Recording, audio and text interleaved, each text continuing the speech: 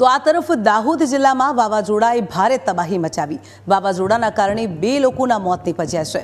ગરબાડા ચોકડી પાસે smart સિટીનું sign board ધ્વસ્ત હાલતમાં છે।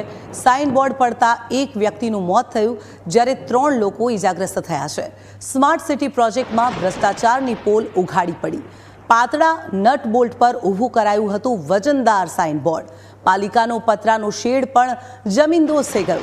જિલ્લામાં વૃક્ષો ધરાશાયી થતા વાહન વ્યવહાર પ્રભાવિત થયો છે। ભારે પવનના કારણે સમગ્ર પંથકમાં મોટું નુકસાન થયું।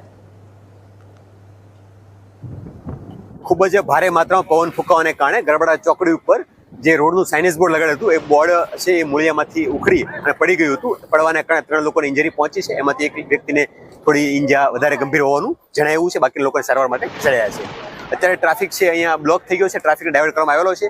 જે લોકો ગરબડા રોડથી દાહોદ તરફ આવી રહ્યા છે એ લોકોને ગરબડા ચોકડી થઈ નગરાળા થઈ કડવા કોતર થઈને હાઈવે ઉપર મળી શકે છે। અને જે લોકો દાહોદ થી ગરબડા જઈ રહ્યા છે એ લોકો પણ નસીરપુર દરગાહ પાસે થઈ ત્યાંના કટ પાસે થઈ નગરાળા ગામમાં થઈ જેસાવાડાથી અથવા કડવા કોતર થઈ અને ફરીથી આ રોડ ઉપર મળી શકે છે।